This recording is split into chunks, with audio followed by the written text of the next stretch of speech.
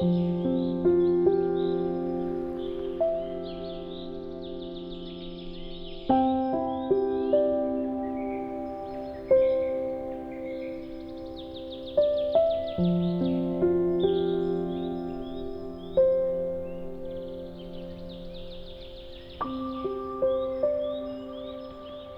can architecture respond to the social needs of a joint family?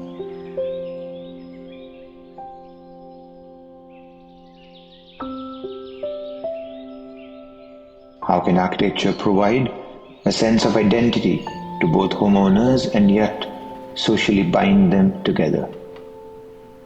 How can architecture become a celebration of the very spirit of a multi-generation joint family?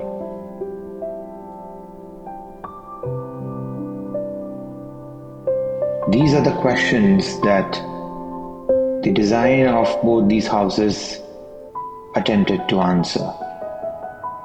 Our architectural response generates a family street,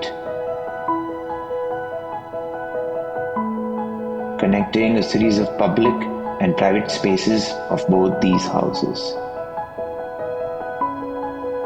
generating a diverse range of visual and physical connections. On its own, both houses carry their own sense of identity through a play of volumes and materials.